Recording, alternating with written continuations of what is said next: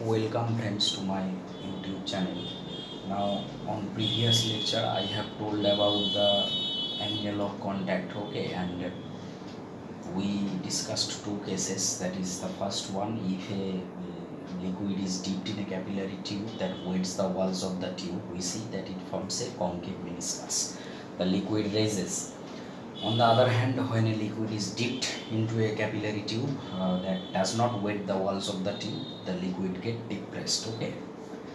Now in today's lecture, we will discuss a special case, that is how much amount of raising, that means the liquid, how much amount of raised when it is dipped in a capillary tube, say that wets the walls of the tube. Okay, we take the concave meniscus. So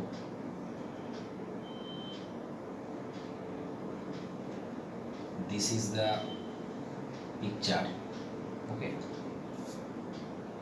this is the concave meniscus. Okay, now say the liquid raises up to this level. Okay, say this height is say h. Okay, this height is h. Now this is the tube whose radius is r, that means this is r. R is the radius of the tube and h height of the liquid that raises. Okay, so this is the radius of the tube. Okay, this is the radius of the tube. Now we all know that a force due to surface tension acts along the tangent to the liquid surface at the point of contact, that means at this point and also at this point. Okay, so obviously this is the angle of contact, that means this is the angle of contact. Okay, and this is the angle of contact. Okay, so when a force due to surface tension acts along the tangent to the liquid surface, so this is the tangent to the liquid surface, this is the force due to surface tension, and at that time a reaction force, equivalent amount of reaction force, will act in this direction.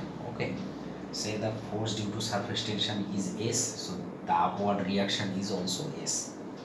Okay, the force due to surface tension acts along the tangent to the liquid surface, so the reactionary force will be in this direction, and that is equal and opposite. Okay, so if we resolve this reactionary force into two components, we see that this is the horizontal component and this is the vertical component. And similarly, if we resolve this is the horizontal component and this is the vertical component, and horizontal components cancels each other, only the vertical components are effective. This is S cos theta, this is S cos theta. Okay, so this is the basic thing. Okay, so a force due to surface tension acts along the tangent to the liquid surface. So there will be a reactionary force in the opposite direction. Okay, so if we resolve this reactionary force, we see that horizontal components cancels each other, this and this cancels each other, only the vertical components are effective. Okay, only vertical components are effective.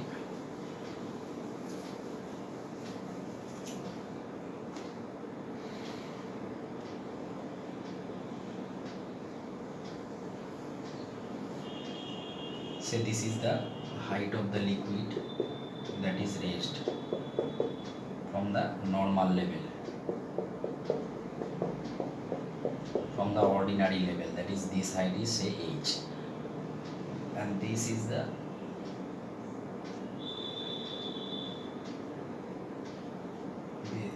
concave meniscus is formed. Okay, radius of the tube is r. Okay, now you see what will be the total vertically upward force. This is simply in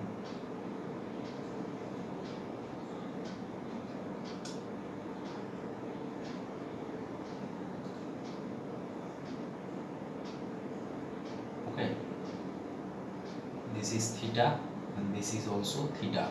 So this is, if this is s, this is s cos theta. So that means 2s cos theta. This is the total vertically upward force. Okay,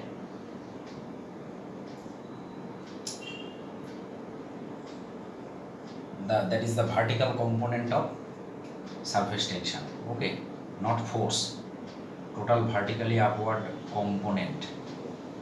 This is this. So what will be the force?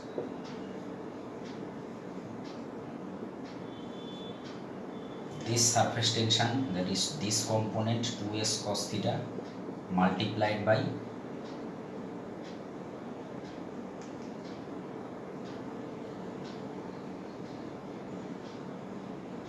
2 pi r. This is the result.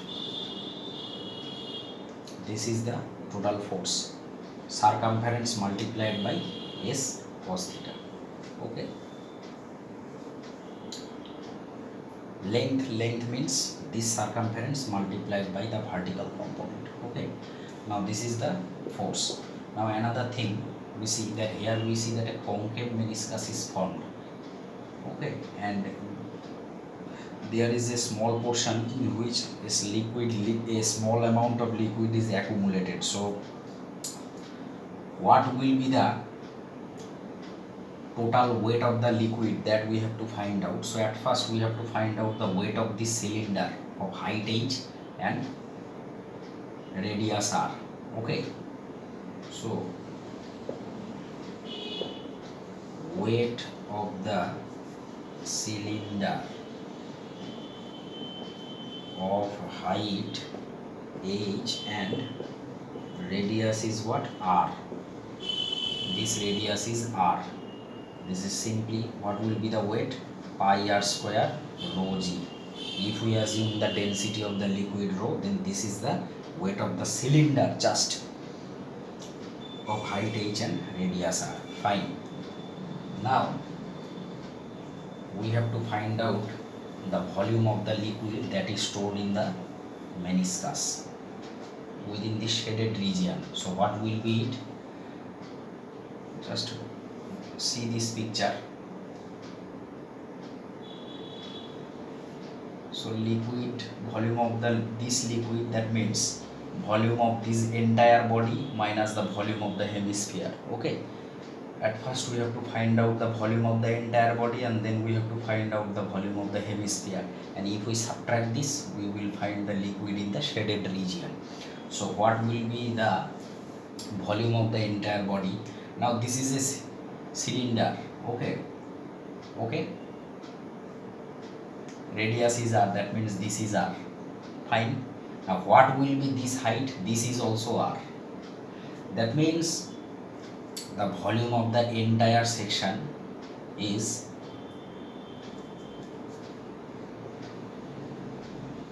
volume, say just give it a name, just ABCD.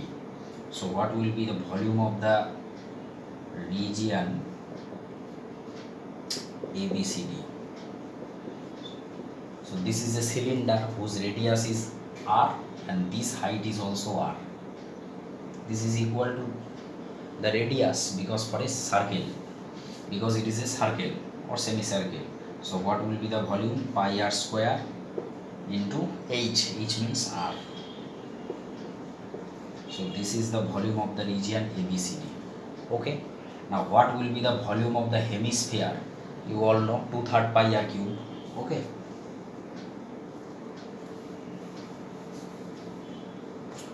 Now volume of the hemisphere. Volume of the hemisphere. This is what? Of radius r 2/3 pi r cube. So what will be the volume of the liquid in the shaded region? So volume of the liquid in shaded area, this is simply pi r cube, the total minus 2/3 pi r cube, that means 1/3 pi r cube. Okay, so what will be the weight of this liquid? We have to multiply it by rho g. So weight of the liquid is what? Weight of the liquid, this becomes 1/3 pi r cube rho g. So what will be the total weight of the liquid cylinder? The weight of the cylinder, this weight plus this weight. Okay, the liquid in this cylinder plus liquid within this region. So what would be the total weight of the liquid? Total weight of liquid. So previously we calculated that the volume weight of the liquid within this cylinder of radius r and height h, that is pi r square rho g, and now weight of the liquid within this shaded area, this is 1/3 pi r cube rho g. So pi r square rho g, this is h plus r by 3. Now you all know that under equilibrium, the weight of the liquid balances the force due to surface tension. They are opposite. Okay, so the surface tension force is balanced by the weight of the liquid. Okay, so under equilibrium what happens? The upward force due to surface tension exactly balances the weight of the liquid. Okay,